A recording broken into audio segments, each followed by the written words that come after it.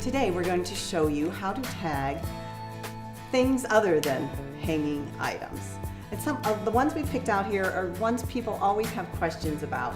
You'll have other questions, so if you just check our website, we have lots of those answered there.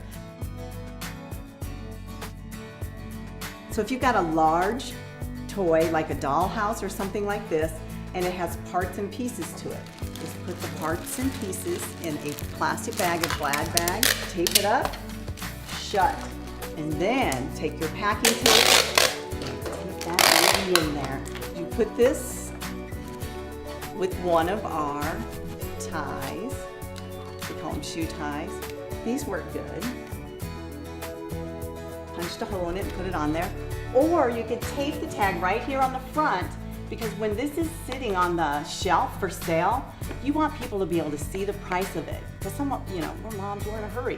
So make sure that tag is visible to the shopper. Although an important part, if you do tape the tag, you want to make sure you keep that tape above the line on the card. It'll make the checkout process a lot easier. Another item that we have is something that you really can't tape to because the tape doesn't stick to these items. And you also can't use the shoe ties because they're not quite big enough. So we suggest using curling ribbon, and you just tie it around and that tag sticks on just like that.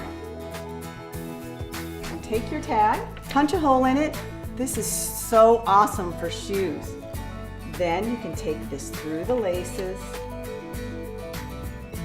hold it on there. And when you come in and someone checks these in, they will give you the second barcodes, because a lot of moms try shoes on their kids while they're at the sale. And sometimes the tags become separated. So we have you or our volunteers will put barcodes inside of them so that they can match it up later if this tag gets lost. This is just one more insurance check to make sure we pay the consignor for every item that we sell. For these boots, since they don't have laces for us to tie them together, we safety pin them up at the top, and then we safety pin the tag to the side of them. That way they're not going to come apart, they'll stay together, the tag stays with them, and you're going to get paid for them. We get lots of Barbie dolls, okay? That whole back wall is pure pink and Barbie dolls. And you want to make sure if you have a bunch of them with accessories, put them all in one bag, because a lot of moms, they don't want to just buy one Barbie doll, but if you just have one, you can do this. But put them all in a bag, make sure it's visible, they're clean, make sure the Barbies are dressed and their hair's fixed, okay? And then just take the tag, you can tag, and only tape above the line. It says right there, no tape or pins below the line. Because what happens when we check out, we remove this tag and this part stays with it for the customer. And if you put tape all the way down here, when someone's checking that lady out, she's gonna sit there and have to go, and it's gonna take her a minute and a half. It's going to slow down the checkout line. So do not put any tape below the line. And if you have something like a baby doll where you can't really find a surface to tape a tag to it, because it's slickery. Yeah, so tape's not going to stick to her head very well, and then you can't see the doll. A good solution to that is, again, use the ribbon and just tie it around her neck where the tag's going to stay attached and you can still see the doll's face. We've got a few other creative packaging ideas if you don't want to lose any pieces. For example, if you have a puzzle, we like to put saran wrap around it to hold all the pieces in, but still let mom see what the puzzle is. Also, if you have a bunch of similar toys, for example, a bunch of dinosaurs, you're not going to individually tag all of these. So you just put them all into a bag, ziplock it shut, put some tape across the top, and hold them all together. Then you put the tag on the front of the bag, just tape it down. Again, no tape below the line. Our final packaging one is for, if you have a group of books, you're gonna again take the ribbon. First of all, make sure they're all for the same age group.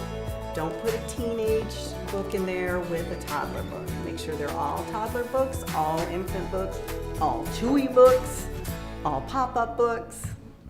Okay. So the way we tie it, you go around once, twist it across, and tie a bow. And you can either attach the tag with using the hole punch again and using the same ribbon, or you can tape it to the book. It's best to tape the tags to the backs of the books so that they don't damage the front with the tape. And again, no tape below the line. If you have just a single book, like this is a really nice book, touchy-feely, put the tag on the back putting the tape only on the top part, and make sure you have a description. Don't just put book on there, because if that tag comes off, I'm not going to be able to sell that item for you. But look, Touchy Feely Puppies Book. Cost $12. Great selling point. And this way, if that tag falls off, we'll be able to put it back with that item and sell it for you. This is really important, ladies, because a lot of us have our children help us get these ready for consignment sales. Okay, you need to make sure there is a movie in it and that it is Jurassic Park. You would not believe how many times it comes in. There's no movie, or the daughter put in Superman or something. And do not tape it up before you come to reruns. Okay, because our inspectors are going to want to open that up. Make sure you put your tag on the back. Don't cover up the front so they can see what it is. And tape the tag, only the top part of the tag. With a seat like this, if you put tape on the top of it, there's a chance it could tear off part of the foam.